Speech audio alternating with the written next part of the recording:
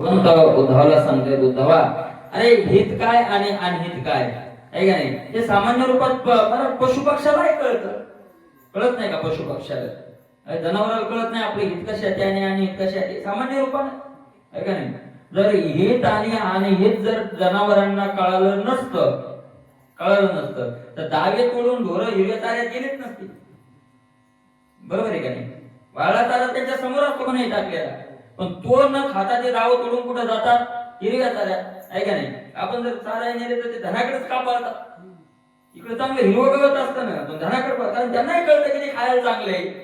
मग माणसालाच कळतं काय नाही बरं काय करायचं नाही असे पाहिजे. पण पुरुषाच्या पुरुष ते ज्ञान पाहिजे पुरद्रू, पण पुरुषाच्या ठिकाणी तेवढंच ज्ञान असं नाही, पुरुषाची काय नाही तर वैभव नाही, आहे का नाही? आरनेद्रा वैमैथून सर्व येवनीशी समसमान, भीती त्यांनाही वाटते, भीती त्यांना ज्ञान नाही का?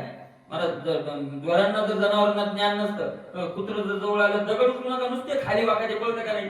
त्याला माहिती आता हे दगड उचलणार आणि आपल्याला मारणार, मग त्याला ते ज्ञान असल्याशिवाय थोडं कळालंय त्याला ज्ञान आहे, बरोबर आहे का नाही? मला साप पाहिला की बैल जनावर पळते का नाही? ढोर का पळते? त्यांनाही माहिती याच्या पोटात विष आहे, आपल्याला चावलं की आपण काय होणार आहोत? मरणार आहोत. हे सामान्य ज्ञान सगळ्याच्या ठिकाणी आहे, आणि तेवढं ज्ञान जर माणसाच्या ठिकाणी असेल तर मग याचा मोठेपणा काय नाही, तो पशु झाला तो, आहे का नाही? अन्न खाय तो श्वान का म्हटलंय? कारण श्वाने अन्नच खातो पण नियम न करता, म्हणून तो तसं म्हटलंय. म्हणून काय त्याच्यात काही विशेष नाही.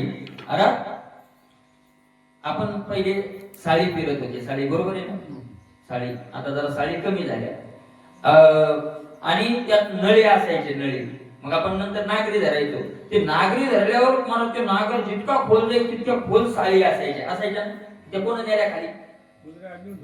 उंदराय, म्हणजे उंदराय कळतं की नेऊन जपून ठेवावं, ते सामान्य. अरे पशुवादी येवणीच्या काही हित ज्ञान असे पाहिजे. पशुवादी येवणीच्या ठिकाणी हित काय आणि अनहित काय याचं काय आहे? ज्ञान आहे.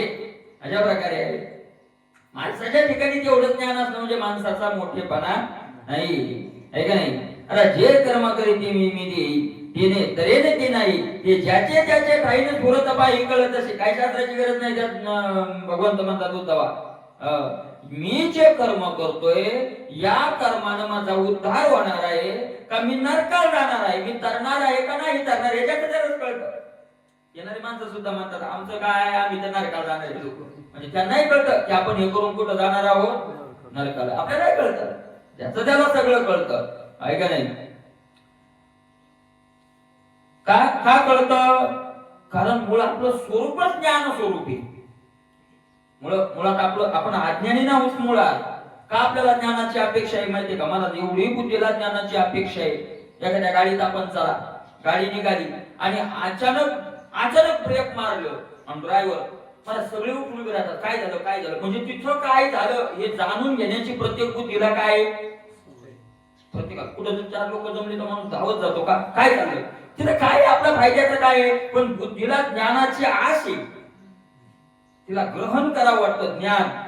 पण असं आहे की जोपर्यंत तिला तिचं पोट भरत नाही तोपर्यंत तिची ज्ञानाची आस थांबत नाही, पोट भरत नाही तोपर्यंत.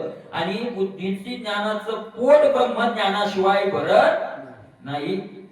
ब्रह्मज्ञान झालं की बुद्धी तृप्त होते, आणि मग एकदा ब्रह्मज्ञानानं बुद्धीची पोट भरलं की केवढी पंगत असू येईल, याचा पोट भरल्यावर कशाला जाईल?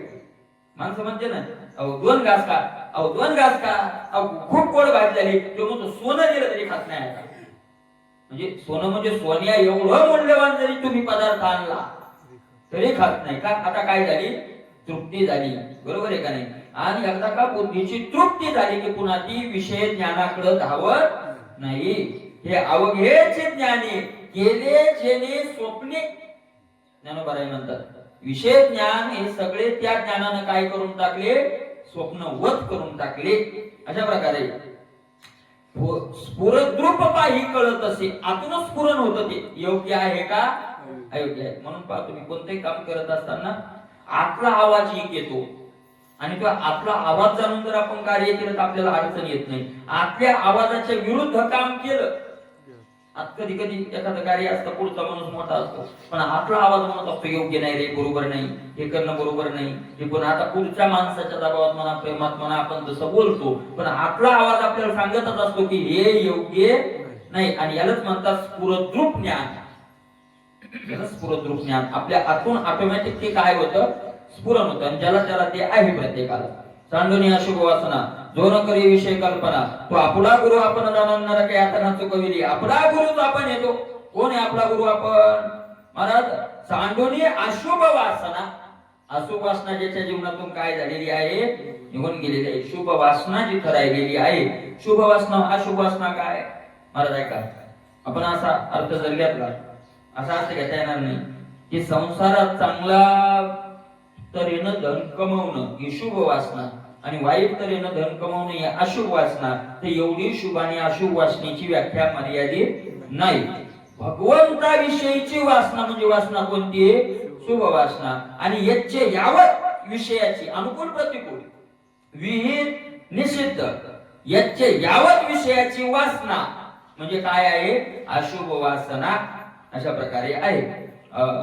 जो न करी विषय कल्पना, विषय कल्पना न करी, विषयाच्या कल्पना जो करत नाही, अशा प्रकारचं तो आपला आपण गुरु जाणार, आपला गुरु आपण जाणार.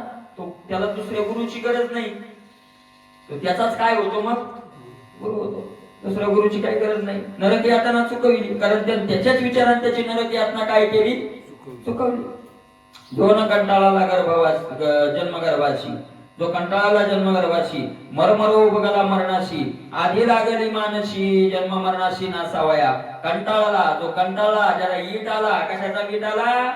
जन्म आणि मरणाचा वीट आला, प्रपंचाचा वीट आला. प्रपंच म्हणजे जन्म मरण. विटले हे चित्त प्रपंचापासून व मन ते मनी बैसलेसे, असा वीट आला. मरो बघाला, पुन्हा जन्मा, पुन्हा मरा, पुन्हा मरा. किती गेलो महाराज आपण, किती मेलो असं याचा काही गणित आहे? किती वेळा, किती वेळा, किती वेळा सांगता येत नाही. अनंत जन्मे, कोट्यान कोटी,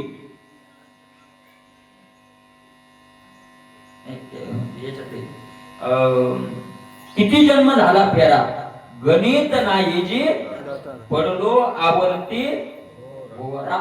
किती जन्म, गणितच नाही त्याला. मरो उभगाला मरणाशी, उभगला मरणाला. आधी लागली मानसी, रोग लागलाय त्याच्या मनात, रोग लागलाय महाराज, रोग लागला. कोणता रोग? हा रोगच आहे, हा रोगच आहे, रोगच आहे. बरोबर आहे का नाही? कोणता रोग? कधी उतार होईल, कधी उतार होईल, कधी उतार होईल? बस झाला आता आहे. कशानं उतार होईल? कुसागशी ह्याची वाटे, जे जे भेटे तयाशी देव कृपा करील मध, काय लाज राहतील सांगा, हे सांगा महाराज. जे जे भेटेल, जे जे भेटेल, जे जे भेटेल. तुको कराय झाडाला विचारायचे, दगडाला विचारायचे, कधी भेटेल पांडुरंग, कधी भेटेल पांडुरंग, कधी भेटेल. अरे तुळशीदासजीने भूताला विचारलं पांडुरंग कधी भेटेल, आणि भूतानं सांगितलं महाराज. कोण सांगेल? सांगता येत नाही. भूतानं सांगितलं, भूतानं सांगितलं. मी दाखवू शकत नाही पण तुम्हाला सांगतो. भूतानं सांगितलं महाराज, तुम्ही जी रामकथा सांगता आणि तुमच्या कथेत ऐका महाराज, काय कथेचं महत्व आहे पहा. तुम्ही जिथं रामकथा सांगता, हे ऐका, तुम्ही जिथं रामकथा सांगता आणि रामकथेच्या अगोदर अर्ध्या तासाने येऊन ती जागा झाडून बसायला जो टाकतो आणि सगळे उठून गेल्यावर बसण्याचे आसन जो गोळा करून ठेवतो, ते हनुमंतराय त्यांचे पाय धरा. म्हणजे त्या कथेत अगोदर झाडून काढून बसायला कोण टाकत होतं? हनुमंतराया, हनुमंतराय टाकत होते. आणि महाराज त्यांचे पाय धरा. मग ते लक्षात आलं. दुसऱ्या दिवशी सकाळी ते म्हातारा आलं, झाडून काढ, म्हाताऱ्याच्या रूपात यायची, आणून काढून महाराज सगळे करून धरले त्यांनी पाय. सगळे लोक गेलेलेच होते, धरले पाय. म्हणजे सोडे का बाबा, मला घरी नाही सांगितलं हनुमंतराय तुम्ही. अरे मी हनुमंतराय नाही, तुम्ही हनुमंतराय. विश्वास होता. आणि मग हनुमंतराय प्रकट झाले. आणि जिथं हनुमंतराय प्रकट झाले तिथे रामचंद्र बलवायचं काम आहे का? आता काय अर्थ नाही बलवायला. म्हणून अशा प्रकारे महाराज असा ज्याला व्याधी रोग लागला, रोग कशाचा रोग? जन्म मरणाशी नासावया. जन्म आणि मरणाचा याच देहात काय करायचा? भेटेल कैतो स्वामी भेटेल युगा उनी वडील निमेष मानी ज्ञानोबराय म्हणतात. अशा प्रकारे आवडे नको जे स्त्री. मग रोग लागला तर मला रोग लागला का त्याला दुसरं काहीच आवडत नाही. त्याचा ध्यास कुठे राहतो सारखा त्या रोगावरच सारखा तिथं मन जात. साधी दहाड जरी दुखायली ते मन लागतं कशात. किती आवडीचं पोरगा असू द्या पप्पा पप्पा पप्पा बाबा बाबा म्हणून मांडीवर आलं तर आमचं खरी ठणक लागली तर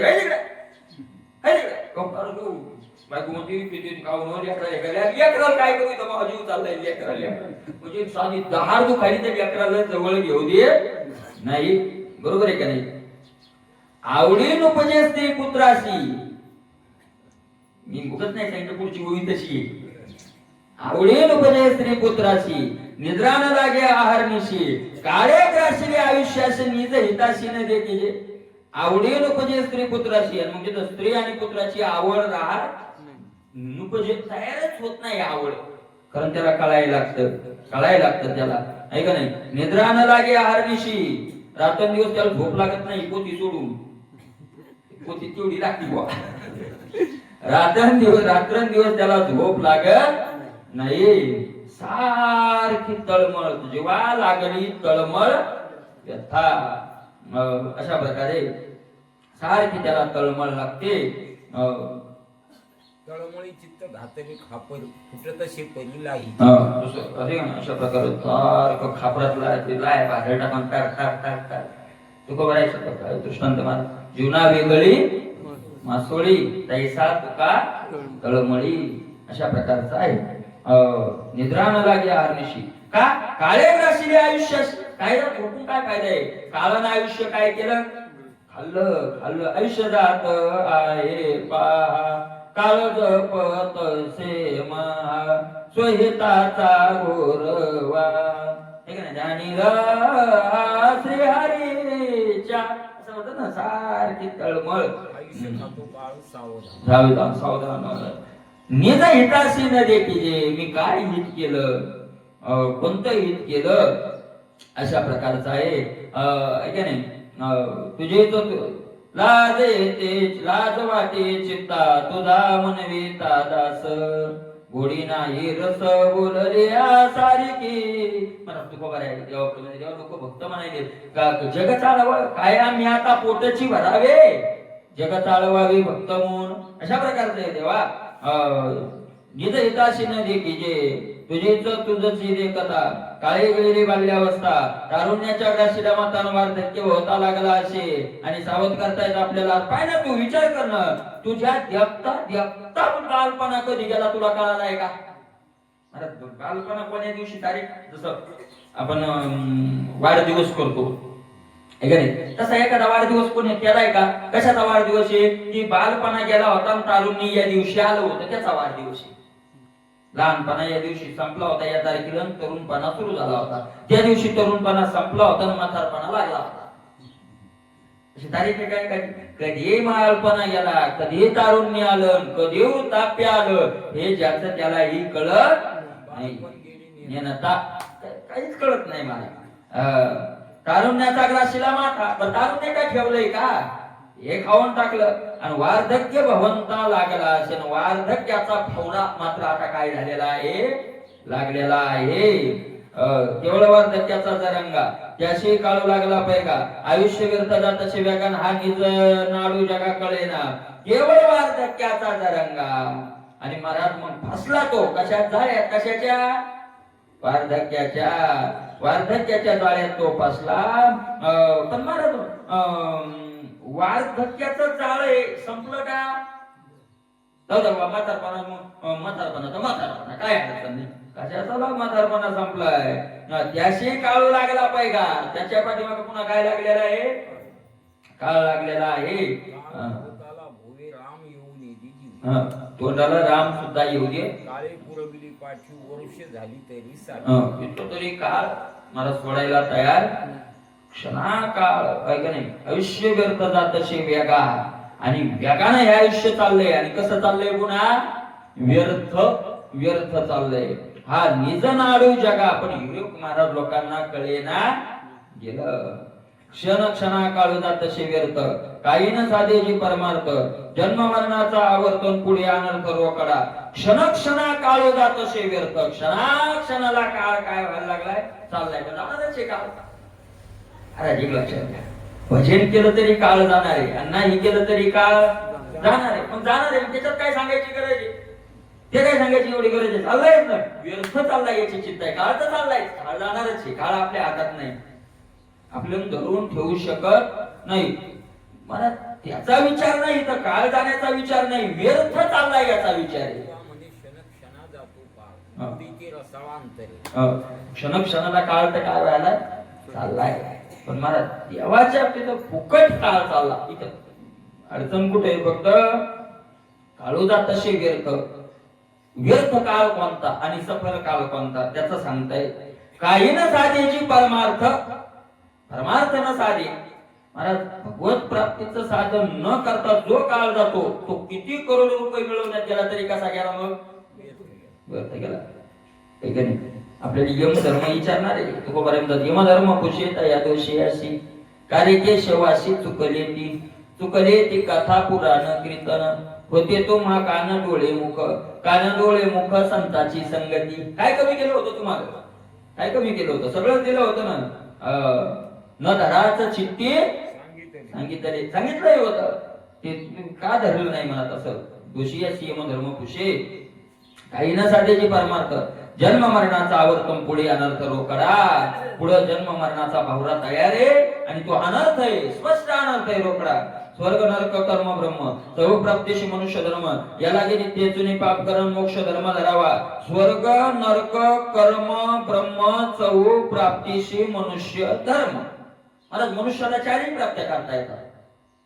तुकोबाराय म्हणतात हे तुकोबारायचं प्रमाण आहे. तुकोबाराय म्हणतात मनुष्य जीव म्हणजे याच्यात उभा आहे. कशा चार रस्त्याची त्याच्या चौकात उभा आहे, त्या कुणीकडे जाता येत. येथे केले नव्हे काही, काय केल्यासारखं नरक भेटत नाही काही तर लागली हाती. उत्तम सार उत्तम गती, देवाची वहीन म्हणती ते होती तरी का चित्ती म्हणते. देवाची हो म्हणती ती होती, कोणी न होती. जे हो म्हणती, हो म्हणती साधन करीती. हो म्हणणारे काय करतात? मग साधन करतात. पुढे सांगितलं ना, तरी का चित्ती न धरा. हो म्हणतात होतात, तरी का चित्ती न धरा. मला मनुष्य दिवस सोडला तर दुसऱ्या दिवस इच्छा असली तरी काहीच होता येत नाही. इंद्राला सुद्धा स्वतःचा उद्धार करता येत नाही, अधिकार नाही. आणि इतर खालच्या योनीतल्यालाही करता येत नाही. फक्त एक मनुष्य दिवस असा आहे जे 15व्या अध्यायात वृक्षाचं रूपक केलंय, आहे का नाही? अश्वत्थ सर्व वृक्षांना नाही, 10व्या अध्यायात. अश्वत्थमेनं सुरूढमूल मसंग शस्त्रेण दृढेन छित्त्वा नरोपमस्य ततो बलभेते नंतो न जादीर्न च संप्रतिष्ठा. अश्वत्थमेनं सुरूढमूल मसंग शस्त्रेण दृढेन छित्त्वा. अश्वत्थ म्हटलंय त्याला. अश्वत्थ का म्हटलं ज्ञानोबरायांनी तिथेही सांगितलंय त्याचं. स्व म्हणजे उखा, एवढाही निर्वाह हो नाही देखा. एक क्षण भरायचे स्थिर राहत नाही, म्हणून त्याला काय म्हणले? अश्वत्थ. अशा प्रकारचं तिथे वर्णन केलं. तिथं असं सांगितलंय की मनुष्य वरून भगवंता पहिले मूळ ऊर्ध्व मूळ, याचं मूळ कुठे?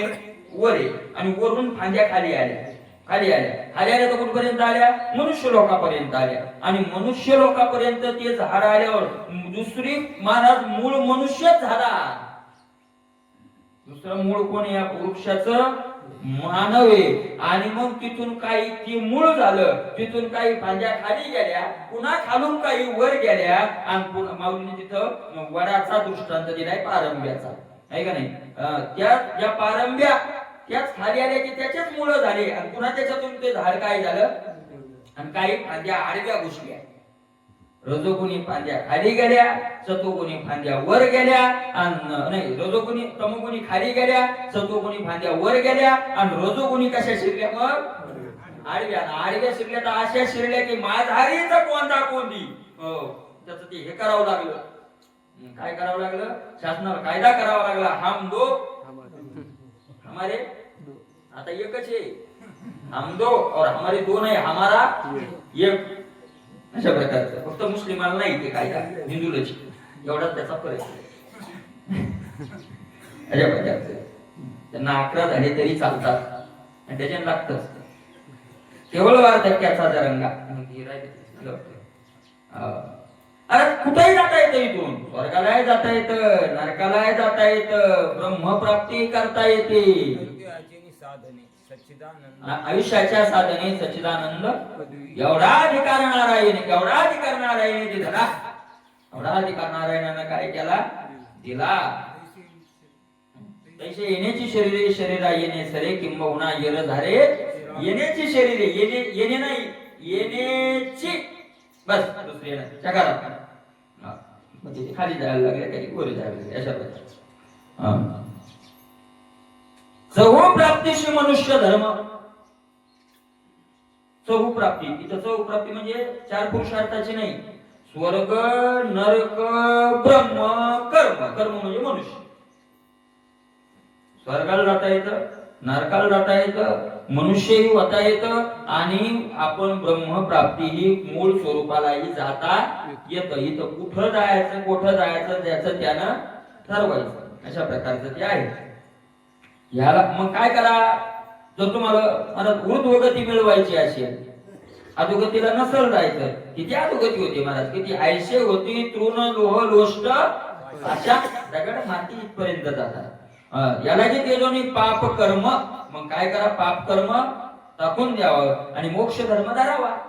तर मानव देहात मिळवता येतो तर काय कोणता मार्ग धरावा? मग नरदेव मोक्षाचा वाटा. वृथा तसे कटकटा, हृदय आधी लागला मोठा, विषय चेष्टा विसरला. नरदेह मोक्षाचा वाटा. मला फक्त मोक्षाचा हिस्सा कोणा देहात आलेला आहे? नरदेव. हिशे केले ना, भावाच्या वाटण्या झाल्या नाही, हिशे केले आणि मग मोक्षाचा हिस्सा कोणाच्या वाट्याला आला? नरदेह. बस, नरदेह सोडून दुसऱ्या वाट्याला मोक्ष गेलेला नाही. तिथं मोक्ष मिळत नाही. आणि मग महाराज अशा प्रकारचा आहे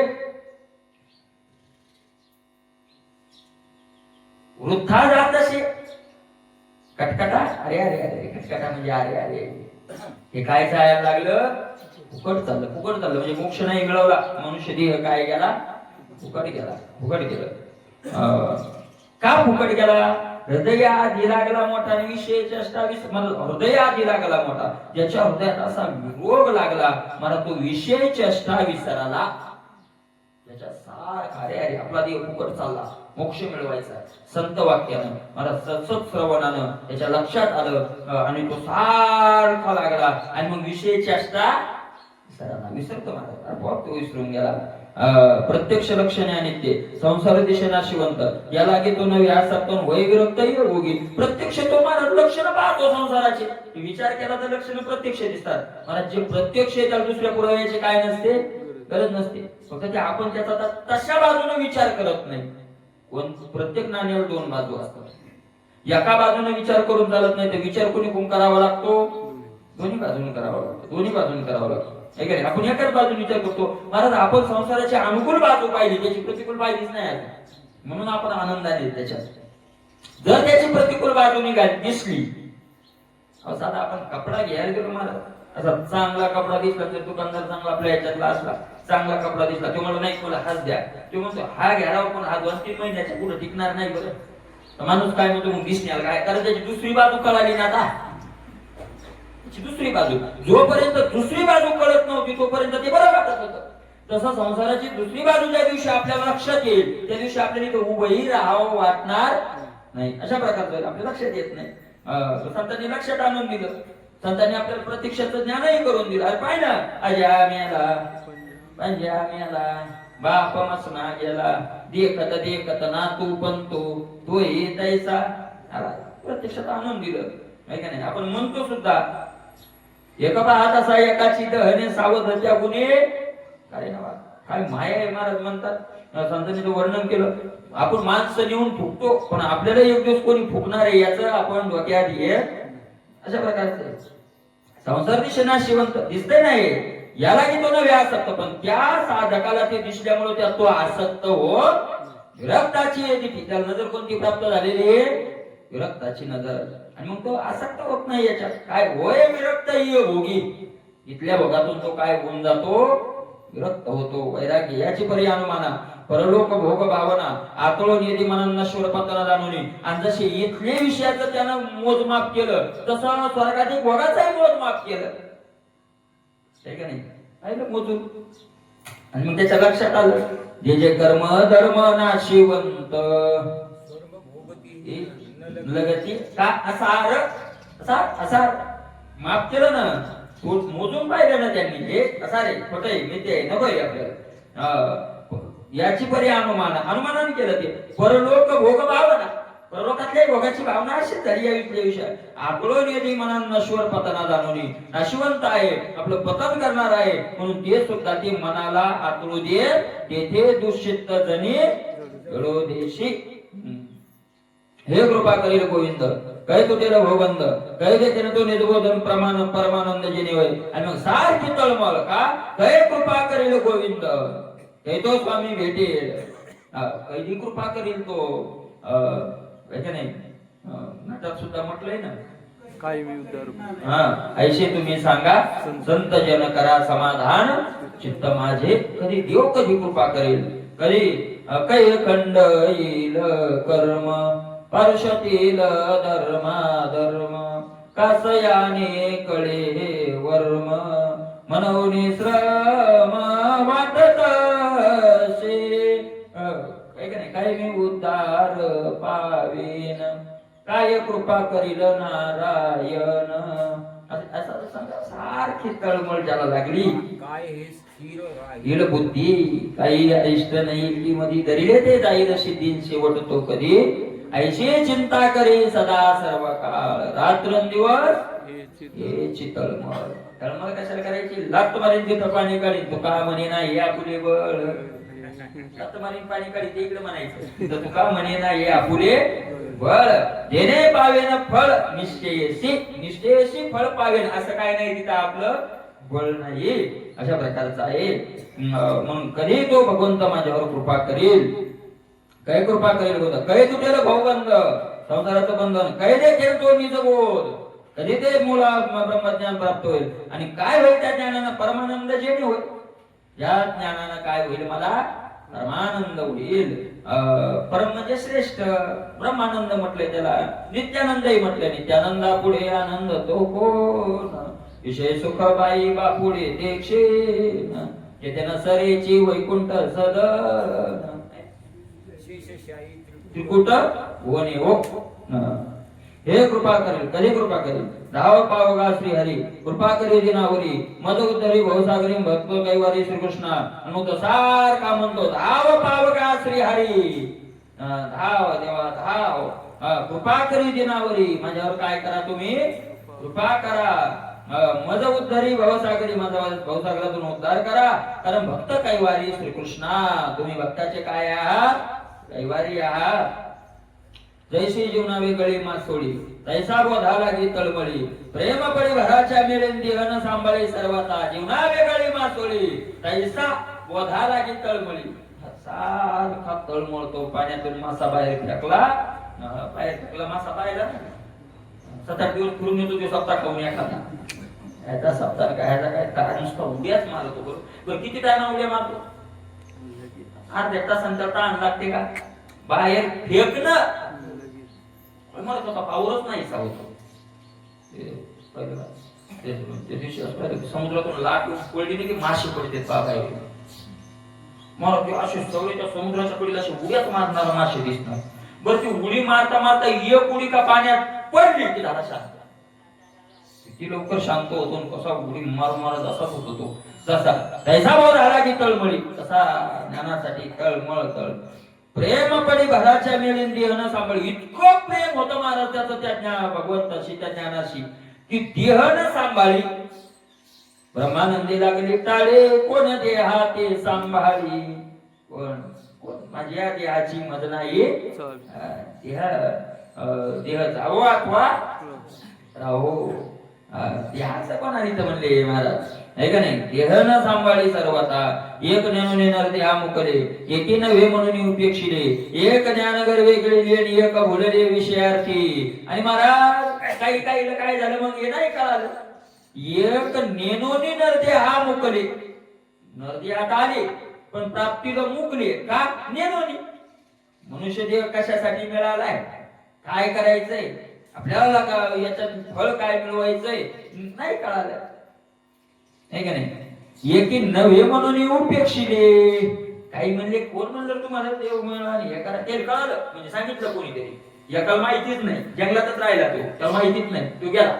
याकाला कळालं साधूच्या संगतीत, कीर्तनाला पण यायचा तो, साधूच्या संगतीत राहायचा. अहो काय ते तुमचे गुरु सांगतात मनुष्य द्यायचं फळ, आमच्या गुरुचं भक्ती साळे म्हातारा झाले द्या. आणि देवदेव त्यांचा मत असतोय का? हे नव्हे म्हणून उपेक्षिले, हे कळून नाही, काही गरज नाही, काय कामाचं नाही म्हणजे काय कामाचं नाही, गेलो सोडून. नव्हे म्हणून उपेक्षिले. काय ज्ञान भरपूर आहे महाराज, पण गरिबे गिळिले, धर्मानच खाल्ली ती. ज्ञान भरपूर आहे, ज्ञान भरपूर आहे, ज्ञान भरपूर आहे महाराज. कंबर बांधली की 2 तास मनुष्य देह कसा वाईट आहे, आपलं संसार करणं मनुष्य देहात कसा वाईट आहे, आणि भगवत प्राप्ती की काय माणसं म्हणतात विषय सोडवला. मिथ्यात्व सांगितलं आणि भगवंताचं सत्यत्वही सांगितलं. इथं त्याग केल्याचा फायदा तिथं लपळून 2 तास मांडलं. पण महाराज गर्दी गेली कर तळावरी वाटोळा, असं ब्रह्मज्ञान. काय पाहिजे का नाही? ज्ञानोबरायांनी तर खूप सांगितलं महाराज. ज्ञानोबराय म्हणतात सकळ शास्त्र जरी त्याला पाठ असले, वेद, आगम, निगम, व्याकरण, पुन्हा कामशास्त्र, तर्कशास्त्र, पुन्हा पाकशास्त्र, पण हे जर वैराग्य नसेल तर सगळं काय आहे व्यर्थ आहे. पाऊल न लागे मनोगत ओळखे योग्यच वर नाही. ते एक वैराग्य नसेल, एक वैराग्य नसेल. वैराग्य म्हणजे संजीवनी मुळे, आणि बाकीचे मग बाबलीचे खोडं लाकडं, दुबाचे लाकडं काय करायचे ना गाडी भर बाबलीचे लाकडे, तर एकच संजीवनी मुळे काय करायचे ते गाडी. परमाणू एवढे संजीवनी मुळे जोडे तरी बहु काय गाडी भरणे, काय करायचे गाडी भरली असलेली काय करायचे, तसं काय करायचं माझं.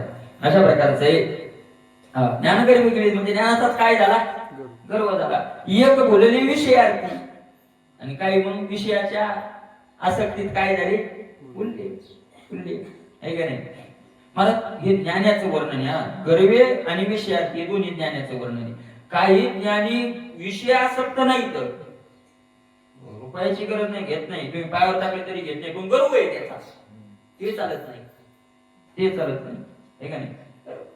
जर म्हणजे घेत नाही, पण घेत नाही याचा गर्व झालेला असेल तर ते घेतलेलं बरं. म्हणजे तो गर्वच त्याला बुडवायला काय ठरला मग. एक जाणीवेच्या डोई गर्वेची गिळिले, घेतलं खाऊन. इथे म्हणतात ज्ञान गर्वे गिळिले. आणि मग एक बोलले विषयार्थी, ते गर्व करो काय नाही, हे बाबा मला काय येतं मला माहित नाही, पण इतकं लागते नाही मला, तुम्ही खूप ज्ञानी आहे, ते ज्ञान त्याला माहित नाही. विषयार्थी एक साधनाभिमानी ठकिले. काही साधनाचाच काय झाला मग, अभिमान झाला, साधनाचाच अभिमान झाला, आहे का नाही. एक करू करू म्हणता गेले. याच्या पाकिस्तानातले लोक करू करू म्हणता गेले, हे करायचंय आता तुम्ही पहा, आता करायचंय. आता एकटा पोराचं लग्न झाले की आपल्याला काय करायचंय, तेच करायचंय. पोराचं लग्न झालं की मला वर सतत नातू झाला 2 वर्ष, मग आता नातू मोठा करायचं की मग झालं. नाताचं लग्न शिक्षण झालं की झालं. नाताचं लग्न किती किती किती किती अरे करू करू म्हणता मेले मेले मेले. त्याच्या कोण झालं नाही. करू करू म्हणता गेले. एक करिता आवाटा भरले, काही करायला लागले, पण मग आवाटाच लागली, कोणाच्याही मागे लागली. आणि तिकडेच शिष्य तिकडच गुरु, आणि तिकडच लागले ती. बरोबर आहे का नाही. काही काही महाराज काही गुरुनं ते जीवन साधनात घातलं त्यांनी, पण गुरुंनी त्यांना आरमार्गालाच लावलं. म्हणजे जे साधन शास्त्राला धरून नाही त्याच्यात मागे लावलं. आता त्याच्यावर मला तसं स्पष्टही सांगता येईल, पण म्हणजे आवाटावरले. काय जाऊ द्या काय मग सांगायचं ते जाऊ द्या काय सांगायचं आता सांगायचं म्हणजे रोजच्या रोजासाठी कशाला ऐकून करायचं. करीत आवाटावरली हो. आड वाटायला लागली. महाराज आवाटाला लावली काही नाही आहे का नाही. विद्यार्थी गुरुकडे जर शिकाय गेला तर गुरुचं कर्तव्य आहे 24 तास त्याच्यातून काय करून घ्यावा, विद्याभ्यास करून घ्यावा. विद्याभ्यास करून घ्यावा हे गुरुचं काय आहे कर्तव्य आहे. का त्याला इतर कामाला लावावं म्हणून मी म्हणत होतो तसं चिडू. म्हणून ते असं होतं तिथं मी म्हणत होतो महाराज. कारण जोग महाराज म्हणायचे म्हणून संस्थेच्या विद्यार्थ्याला, संस्थेच्या विद्यार्थी जर 1-1.5 तास नाही आला तुला चालू पवित्रच होते सगळे. आम्ही पवित्रच होते, मोबाईल नव्हती, वाईट बुद्धी नाही. जोग महाराजाचे शिष्य गुडघ्याला माऊलीचं दर्शन घेतलं आणि परिक्रमा केली. थोडा टाइम गेला. त्यांनी सांगितलं पुन्हा जर माऊलीच्या दर्शनाला परिक्रमेत तू गेला दिसला तर याद ठेव. कारण विद्यार्थ्याची विद्या हेच माऊली आहे. तर माऊलीच्या दर्शनाला जायची गरज नाही. त्याचा अभ्यास करणं. 1.5 तासात तू जर 2 अभंग पाठ झाले असते तर पुन्हा आता कधी ते पाठ होती. तुला पण एकदा विद्या मिळवून घेतली, 4 वर्ष पूर्ण झाले, मग तू माऊलीच्या पुढे वाटायला घालत पाहिजे, मग अडचण नाही. मग तिथून पुढे जीवनभर काय करायचंय तेच करायचंय. पण हा टाइम हुकल्यावर पुन्हा ते घडणार, वारी पुन्हा होईल. मला वारीला सुद्धा ते म्हणायचे विद्यार्थी, ते विद्यार्थ्याला जर कोण पंगत दिली चांगलं पकवानाचं जेवण केलं तर ते जेवतेच नव्हते कोणाला रागवायचे. का? कारण ते सांगायचे यांना जर तू आज चांगलं खाऊ घातलं तुझ्या गोव्या पाठ करताना याच्याचे गुलाबजामुन घ्यायला देत. मला त्यांच्या वेळेस नियम होता म्हणा, मधुकरी जरी आणली मधुकरी तशी मधुकरी इंद्रायणी भाकरी बुडवायच्या काढायच्या मग खायच्या. कशा लागत असते ते इंद्रायणी बुडवलेल्या तर द्या. कारण भरत्या मार्गाला लावलं. अशा प्रकारचं केलं, अशा प्रकारे केलं आहे का नाही. आव्हातावरी आले वाटायला लागले करणे ठेले तैसेची. आणि मग जे मूळ भेटायचं ते पण पडून गेलं. जशा तसं जागीच राहिलं. जरी विवेक कळला म्हणा तरी न तुटते विषय वासना, त्याने संतप्त हो निदान नारायणा चिंतितो. जरी विवेक कळला म्हणा पण एखाद्या भाग्यवानाला जर काय कळाला विवेक जागृत झाला.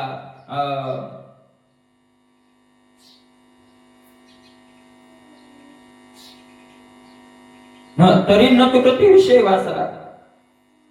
मला असं वाटू लागलं इथं अडचण की विवेक कळला म्हणा तरी न तुटते विषय वासना. विवेक मनाला कळल्यावर विषय वासना तुटत नाही असं वाटू लागलं. पण ते त्याच्यात नाथ महाराजांनी हे केलं. विवेक कळला म्हणा, जर मना विवेक कळला ऐका रे मनात तर कळालंय पण विषय वासना तो सुटत नाही. अशी अडचण येते ना, ऐसा पडी लोक अडचणी कळालं मला न कळालेलं बरोबर कळून सुटलंच पाहिजे.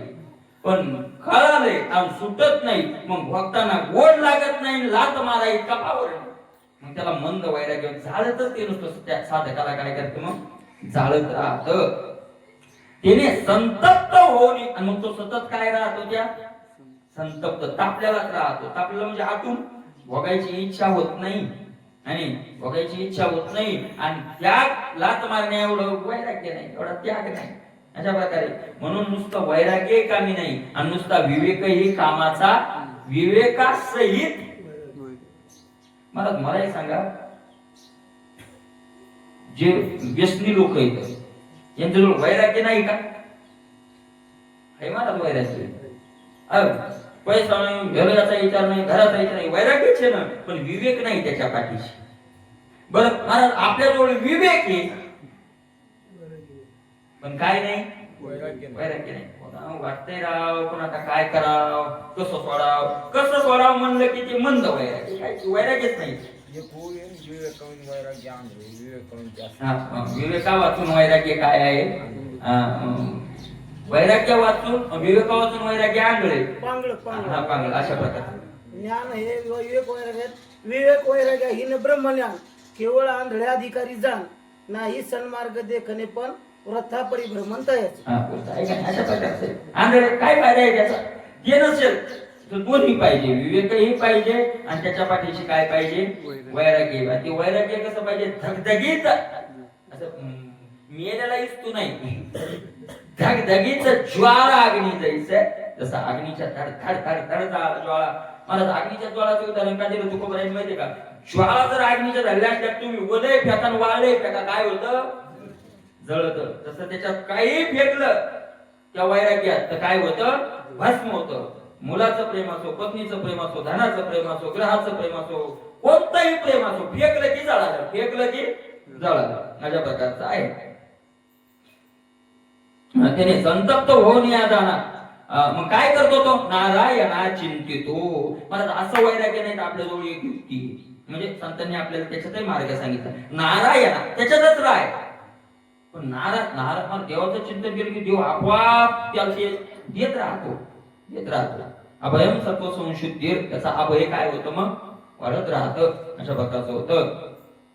कृष्ण म्हणे उद्धवाशी, संविवेक वैराग्याशी ज्याशी तोची आपला गुरु आपणाशी विशेषेशी जाणावा. कृष्ण म्हणे उद्धवाशी, कृष्ण उद्धवाला म्हणले सविवेक वैराग्याशी ज्याशी, त्याच्याजवळ विवेकासहित वैराग्य, तोच त्याचा गुरु आहे. त्या दुसऱ्या गुरुची काय नाही मग गरजच नाही.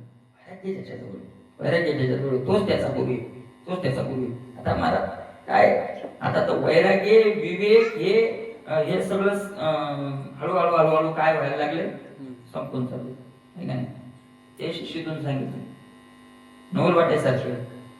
मला आळंदीत जेवढे पोरं येतं तेवढी एकही अभ्यास करत नाही, एकही अभ्यास करत नाही. ते म्हणजे काय करायचं नाही, ते म्हणजे काय करायचं आपल्याला, कोणाचं तरी कीर्तन बसून सांगायचं, मग अभ्यास करायचाच कशा. मला जेवढे विद्यार्थी येतं 300 असतील ना, 300. या महिन्यात पहिल्या दिवशी काय झाले, 1 तारखेला 30 तारखेला विचारा, त्याला आजही माहित नाही, बरोबर आहे, आजही माहित नाही. 30 तारखेचं सोडा, 15चं नसेल माहित आहे का, कालचं बी नाही माहिती, कुठपर्यंत माहिती तू नाही विचारलं, दुसऱ्याचं सांग कुठपर्यंत माहिती आहे, एकही दिवसाचं नाही. आपण मग तो हळदी 4 श्रम कस काय, तिथे केलंच नाही काही. कशाचं विवेकन कुठलं वैराग्य, आता फक्त एकच विवेकन, एकच वैराग्य काय, 2-3 कीर्तन बसवायची, गाडी घ्यायची, झाला विवेकवान आणि वैराग्य. लोक त्याला सहकार्य करतात म्हणून तिकडे भांडणा काय व्हायला लागला मग जास्त व्हायला, अशा प्रकारचा आहे. काय महाराज राजेंद्र दास माझ्याकडे 300 विद्यार्थी आहेत महाराज, पुरं बारीक आणि वेद पाठ करायचे, वेद पाठ. त्यांचे पोर असे तर वेद मंत्र ज्या वेळेला म्हणायला लागले तर मला असं वाटतं स्वर्गात गेलं का काय. आणि ते वेदाचं असं आहे महाराज, स्वर उदात्त अनुदात्त, ते कोणता शब्द म्हणताना हात वर गेला पाहिजे, इकडे गेला कोणता शब्द, त्याच्यात तसं आहे, नुसतं असं म्हणायचं नाही.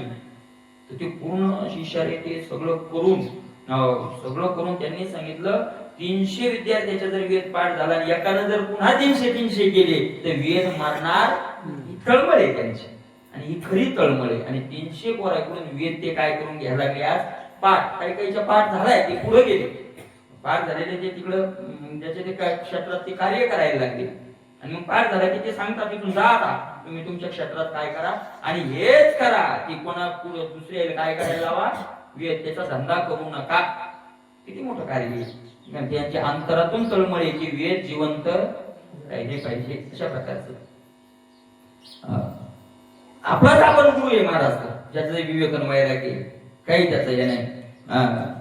तोची आपला गुरु आपणाशी विशेषेशी जाणावा, त्याची निज बुद्धीशी मीचे विवेको प्रकाशी, तो सोये जाणे. तुमच्या संस्थेतून आलेल्या विद्यार्थ्याच्या गावात मी कीर्तनाला गेलो होतो, आहे ना, त्याच्या गावात कीर्तनाला गेलो होतो महाराज, ते संस्थेतून आलेलो होतो, नवरात्र होतं मला वाटतं. ते मी म्हणून आता काय चालू आहे, काय नाही, मी कीर्तन बसवायलो म्हणून. कोणाचं बसवायला कीर्तन, आता इंदोरी करायचं कीर्तन बसवायलो म्हणे. आता 4 वर्ष संस्थेत राहून तो काय बसवायला आता कीर्तन बसवणं म्हणजे माहितीये तुम्हाला, तुम्ही म्हणता कीर्तन बसवणं काय असतं, उठवणं कीर्तन बसवणं, तसं नाही.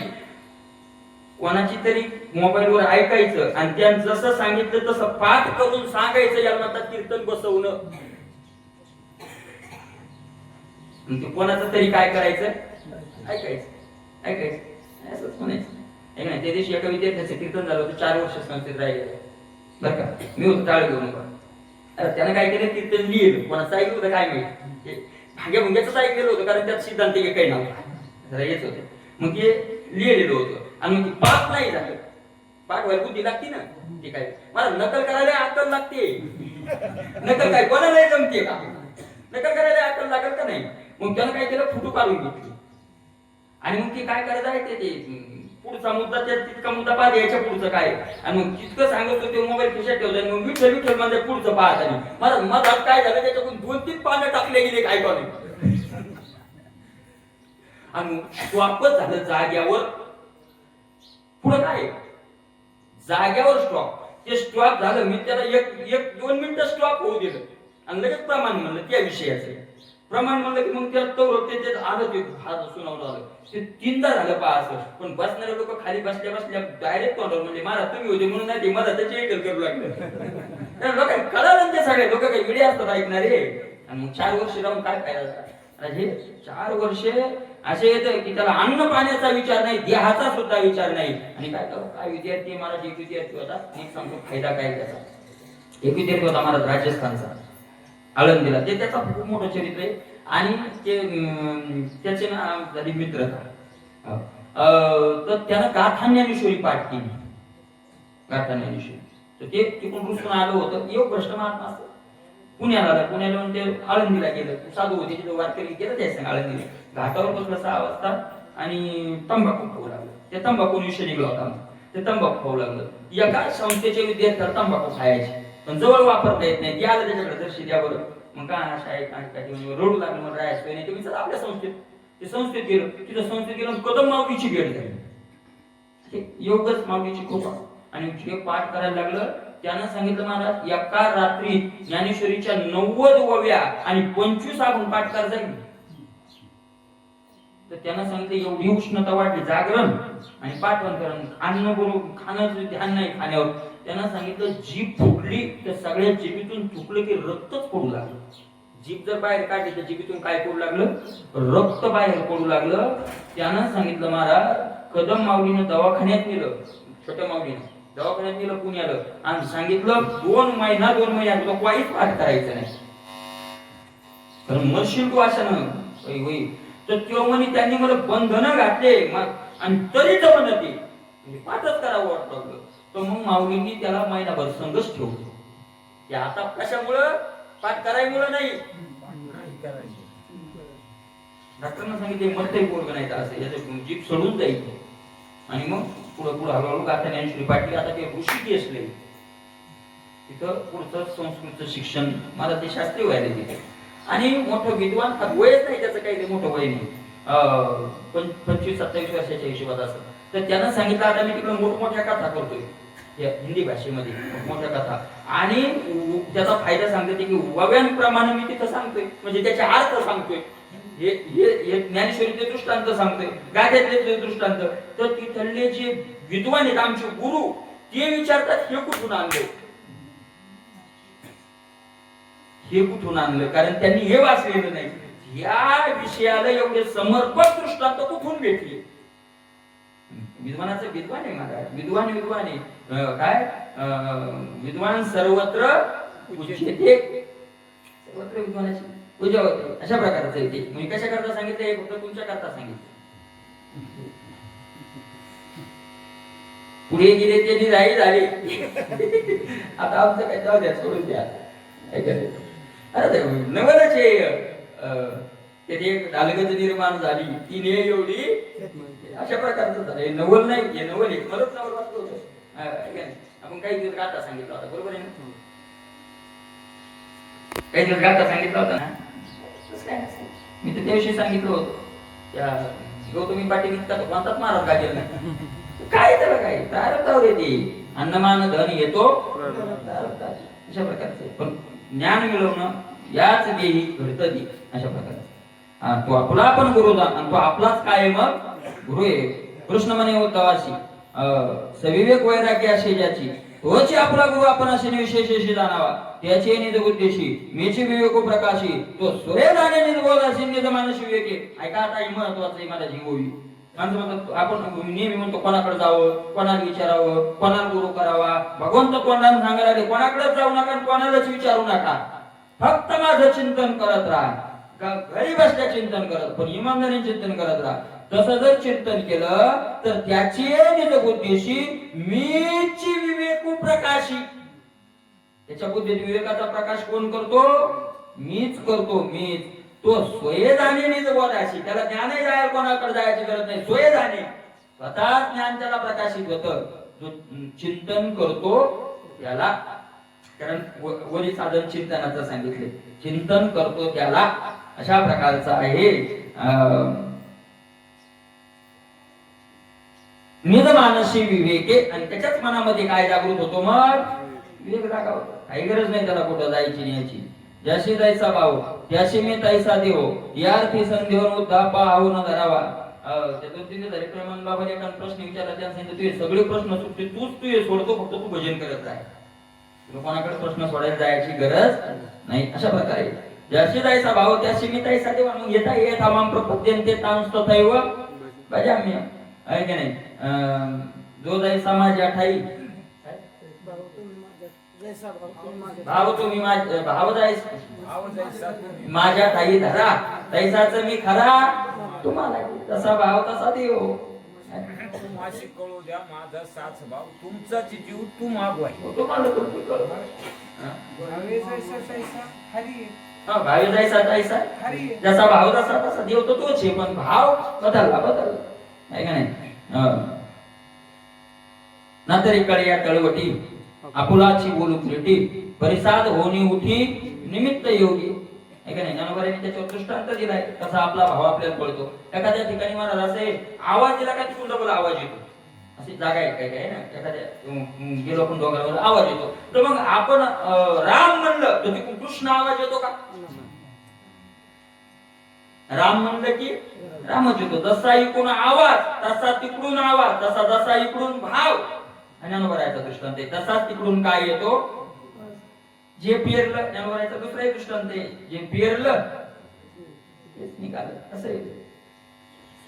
त्याशी मी तैसा देव, या ते संदेह उद्धापावर. याच्यावर संशय धरू नको उद्धवात वादा. अशा प्रकारे उद्धवा येतं केवळ पाहिजे ना बुद्धी निर्मळ. तरी आत्मबोध तत्काळ फक्त इथे एक पाहिजे, काय? बुद्धी निर्मळ पाहिजे. देव सगळं देतो, ज्ञानही देतो, विवेकही देतो, ते बलही देतो, पण आपली बुद्धी काय पाहिजे? निर्मळ अशा प्रकारची पाहिजे. निर्मळ बुद्धी आणि गढूळ बुद्धी, मलिन बुद्धी काय आहे? तर ज्ञानोपरायाच्या भाषेत सद्बुद्धी आणि दुर्बुद्धी. देवच मिळावा एवढा निश्चयच्या बुद्धी ती निर्मळ बुद्धी. आणि देवासहित दुसरेही काही मिळावं, मग ती ज्याची त्याची हातवटी, ज्याचं त्याचं धैर्य, की दूध किती आणि त्याच्यात पाणी किती. देवच मिळावा, खायला नाही मिळालं तर चालतं. हे शुद्ध धारेचं दूध, निरस आहे का नाही? निरस दूध. देव तर मिळवायचं आहे, पण पोटही चाललं पाहिजे. हे आधा दूध आधा पाणी. आपली बेईमानी आहे का? आधा दूध आधा पाणी येते आपलं आपल्याला पाहिजे. आधा दूध आधा पाणी आहे का नाही? आणि मग देव मिळवायचं सोंग दाखवून दुसरंच मिळवायचं, हे तर मग पिठाचं पाणी दूध केलेलं असं काय असेल ते असेल. तरी आत्मबोध तत्काळ होय सकळ सफळ सर्वदा. त्याला आत्मबोध तात्काळ काही उशीर लागत नाही मला त्याला. होय सफळ सर्वथा. आणि तो काय होतो? मग सफळ होतो. सफळ म्हणजे त्याला जे फळ मनुष्य देहात मिळवायचं ते मिळवल्या गेलं की तो काय झाला? मग सफळ झाला. काय नाही झाला? सफळ व्यापार त्याची सरली यरधार. साठविला हरिजी हृदय मंदिरी, त्याची सरली यरधार. झाला सफळ व्यापार. त्याचा व्यापार काय झाला? मग सफळ झाला. अशा प्रकारचं म्हणताय.